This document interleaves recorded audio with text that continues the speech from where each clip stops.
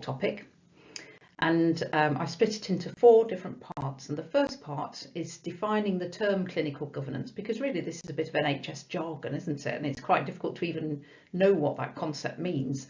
So we're going to go through that, and we're also going to describe why clinical governance exists. And this is really thinking about the history behind the emergence of clinical governance. And then in parts 2, 3 and 4, we're going to look at the 7 pillars of clinical governance as laid out in the community pharmacy contract, but this will also be pretty much the same with a few slight variations for hospital pharmacy, for working in GP practices, and in fact throughout the whole of the NHS. So those pillars of clinical governance are the same whichever field of medicine or nursing or whatever else you're dealing with, but that's for later. Okay, so in part 1 we're going to define the term clinical governance and describe why it exists. So it really came about from about 1998 onwards, when a paper came out called A First Class Service. And in this paper there were some great inequalities in healthcare provided in different parts of the UK.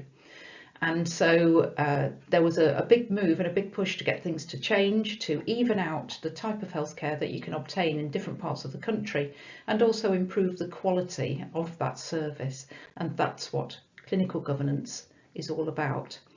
So as you can see here, this white paper was brought up by the Department of Health, and clinical governance was defined as setting, delivery and monitoring of quality standards. So it's all about quality. And really, just to give you a bit of the introduction from this document, First Class Service, I'm going to read you the foreword by Frank Dobson, who was the Secretary of State for Health at the time. So I'm just going to read that out to you so that you can understand what the problems were at that time, way back. So all patients in the National Health Service are entitled to high quality care. This should not depend on the geographic accident of where they happen to live. The government is determined that all patients should receive a first-class service. The unacceptable variations that have grown up in recent years must end. Fair and prompt access to modern and dependable treatment should be the goal, and it must be delivered with courtesy and with a real understanding of patients' fears and worries. Clinical decisions should be based on the best possible evidence of effectiveness, and all staff should be up to date with the latest developments in their field. The government is determined to place quality at the heart of healthcare. The changes will not happen overnight. They are part of our 10-year programme of modernisation for the health service in England. We will continue to build on and support the expertise and innovation in clinical practice demonstrated by NHS staff. The aim is simple: the best care for all patients everywhere. Now, of course, you can see that was supposedly a 10-year plan for the NHS to improve its quality and make it a more even service throughout. But of course, it's much longer than that. So just to show you one of the documents from this 1998 white paper. So you can see a bit dated, of course, with its documentation. And so, as we said right at the beginning, it's about setting standards. So that's a very important part of this. Before 1998, there weren't any standards set. And so many hospitals were all working to their own, whatever the consultants really thought was best practice, instead of having some national standards. And so it was setting up these national standards. And this was the beginnings of NICE, so the National Institute for Clinical Excellence. So the best way to treat patients for various conditions. And so once these standards are set up, then you know that everybody should be following them. So that was a really big piece of work to begin, and that feeds into clinical governance. When you've got your standards, you then need to monitor them and make sure that they happen. And so it was also setting up a whole series of bodies which could then do this inspection regime. So down here at the bottom, you've got your monitoring of standards. And these various bodies have now morphed into slightly different things now. So one of them for hospitals and GP practices would be CQC, which is their inspectorate, who go around and make sure standards are being followed.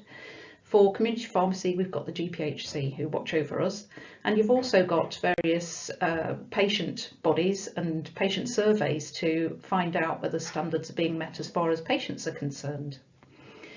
So patient involvement, patient and public involvement here on the left is also very important, because those are our customers.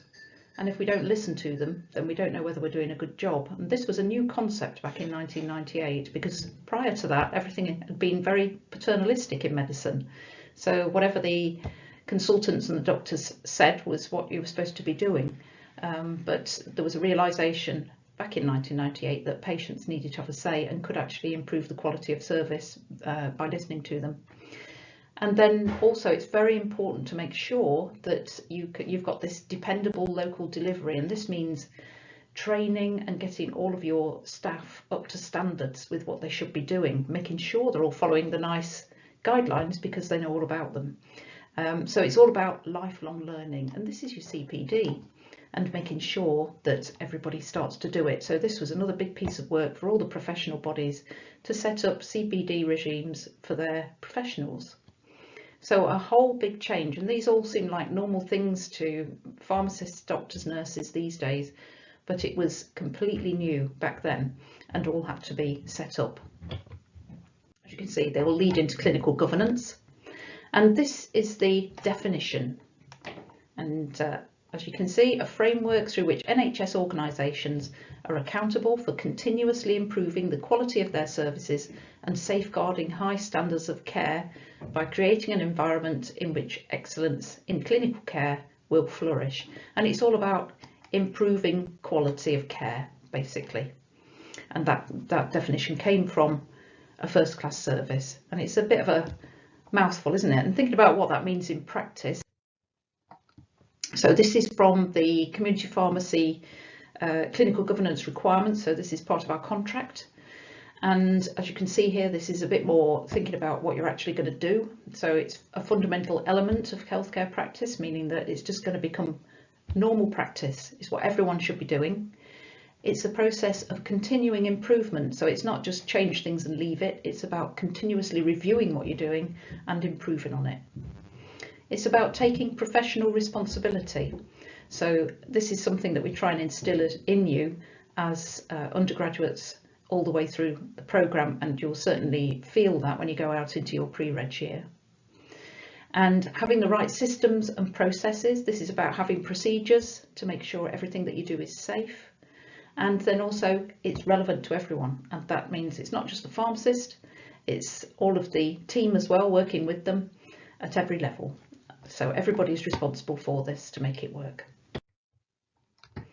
So just thinking about the historical development of clinical governance, then going through some of the other papers and other ways in which this was pushed forward. So we talked about the 1998 white paper. It didn't stop there. 1999 there was much more detailed guidance on how to implement clinical governance, as you can see there. And then in later in 1999, the Health Act came out, which was all about quality being a legal responsibility for management. And management means the people who are managing a hospital, or for community pharmacy, it might mean the people on the board. And so if they're responsible for it, from top down, everybody else becomes responsible. And so it's a really good way to make sure everybody knows what they're supposed to be doing. So quality then becomes very important because it's a legal responsibility. So you've got in 2004, standards were established to cover NHS healthcare. There's another series of documents there to improve care and provide more standards. And of course, these standards come out all the time and they're constantly changing as well, and being updated, obviously, with the changes to clinical care in any particular field. And then also in 2007, there was a very important piece of work set up, an agency set up called the National Patient Safety Agency, NPSA, and they provided a number of documents looking at particular issues that were a problem for safety for the NHS, and then creating very useful guidance documents on how to do things more safely. And a lot of the documents that they produced back then are still in use now. And they've been built upon. The NPSA has disappeared, but it's been changed into various other things, including some of the guidance set up by the MHRA. So the MHRA take over some of the roles now, and there's something, various other bodies as well to do with drug recalls, all that sort of thing, making sure that the NHS functions safely. 2007, we also got some reports from the Department of Health, post-shipment reports to safeguard patients, and I'll go into that later. But basically, Shipman is all about Mr. Harold Shipman, and I don't know if you've had any lectures or know anything about that. So he was a doctor, a GP, who was very trusted by his patients, but he was actually a serial killer, and he killed, well, he was tried for the murder of 15 people, 15 elderly people, who he murdered by injecting them with diamorphine.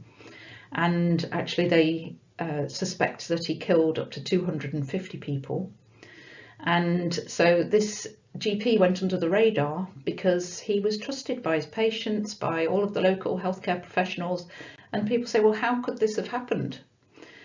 So there was a great number of reports after his trial. His trial was back in 2000, and then 2007 the post-shipment reports came out, and a number of laws changed to tighten things up around controlled drugs, but also around safeguarding patients. And this is about looking after patients and looking out for patients who might be at risk of harm, and whether that's from another healthcare professional or from their relatives, from their neighbours. It's looking at patients who are at risk. So we'll go through that later as well. So that was part of clinical governance also. And then also we've got the Francis report that came out in 2013. So this was in the wake of the Mid Staffs inquiry. So Mid Staffs is a hospital, and it was a hospital that was failing, and a lot of the patients had been sending letters of complaints. They were all buried. It was a hospital which was focusing through its management on targets and reaching the speed at which they could get patients through the system, and not really thinking about the quality of care that those patients had. And a great number of patients died at that hospital that didn't need to die. So basically the management were not doing what they should have done according to the Health Act 1999, where the quality is a legal responsibility for management. They were focusing on the wrong things basically for their quality markers. And so there was then a report into the way this hospital was functioning done by Mr. Francis. And so a number of things came out of that, which were then rolled into clinical governance. And one of them was the development of MSOs, which are medicine safety officers. And another one was whistleblowing, which I'll go through later. And then finally, just for community pharmacy, just to add that this is an ongoing evolution, I would call it, for clinical governance. And so 2016 onwards, right through to today, and it changes constantly every year. We've got what used to be called quality payments, that is now called the Pharmacy Quality Scheme. And this is really where clinical governance is continuing, and we're actually paid to produce good quality documents such as audits and whatever that they ask us to do, and we are also paid to train our staff in various ways to make sure that they are of a better standard to be able to provide a high quality service. And GPs have a similar sort of system. They have QOF points, which they also get paid for various quality markers. It's their quality outcomes framework, QOF. And so we are paid basically to provide a good service, and that's a really good way to make sure it happens. So a quick summary question for you of all of that. So here you can see clinical governance is quality assurance for the NHS. So setting what and monitoring them, and then learning from what went well, sharing good practice, what went wrong, Shipman and mid-staffs, feedback from patients, developing quality staff, and a what service. Okay, so just give you the answers, there you go. So it's about setting standards, such as those for NICE guidelines, and monitoring them through inspection regimes, amongst other things, and also self-monitoring. And learning from what went well, sharing good practice, so that's the proactive way of the NHS framing up what we're supposed to do for clinical governance, giving us a really good framework as to how we can set things up to do things the best way.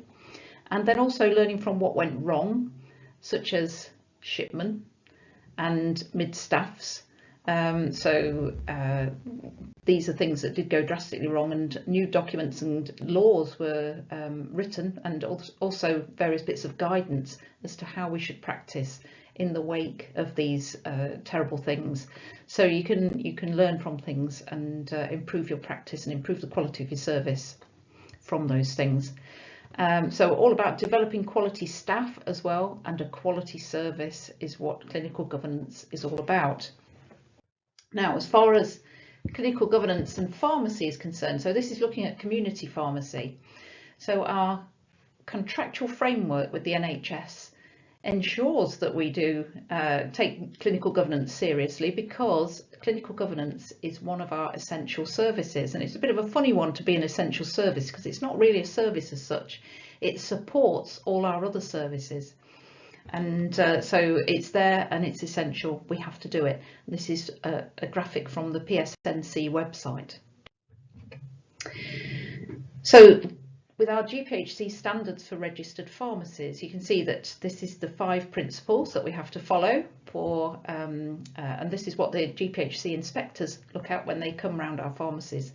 And principle 1 is that the governance arrangements safeguard the health, safety and well-being of patients and the public. So principle 1 is really very much involved with clinical governance, but actually each one of these principles has an element of clinical governance to it, and the GPHC is wanting to make sure that we provide a quality service for patients, because a quality service is a safe service, and that's what they're going to be inspecting.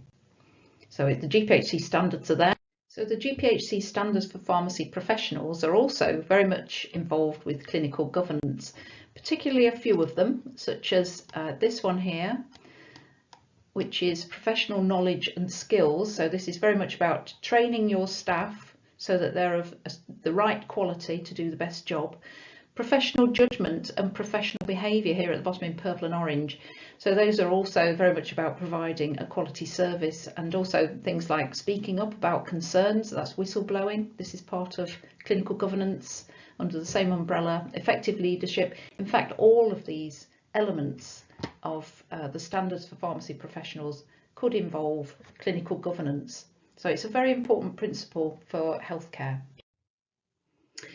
And so here are the 7 pillars of clinical governance. As you can see, we've got patient and public involvement, clinical audit, risk management, clinical effectiveness, staffing, staff management, education and training, the use of information, and premises standards. Now, out of all of these, they vary slightly depending on which setting you're in. So if you're working in a hospital, you probably wouldn't get the premises standards one, but it would probably be a split of staffing and staff management and education and training. But they're pretty much the same wherever you go. And what we're going to do in parts 2, 3 and 4 is look at in each of these in detail. And in part 2, we're just going to look at these first 2. Okay.